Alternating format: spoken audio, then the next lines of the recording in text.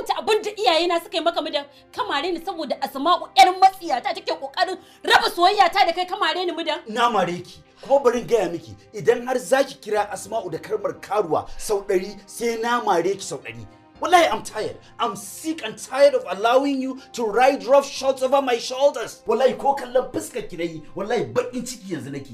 Dole ka ji bakin ciki mudan saboda butuli ne kai mazaje butuli ne ku mudan ka manta duk alkhairin da aka yi maka ka manta san da na zauna da kai lokacin da baka da shi lokacin da mahaifina ne ya taimaka maka baka da gurin zama baka da abin da zaka ci baka da sutura mahaifina ya taimake ka mudan amma shine zaka wulakanta ni saboda kai butuli ne mudan na rinsi da Allah sai kai nadamar wannan marin da kai babu wani nadamar da zan yi duk abin da na aikata gare ki wallahi babu nadamar da zan yi cin kashin da kike min ne ya isa kin kai ni bango kike zagin iyayena kiyo iyayena gori to ki sani daga yanzu wallahi tallahi ba zan ƙara barin ki ci kashi a kaina ba lalle mudan na tabbata kai ba za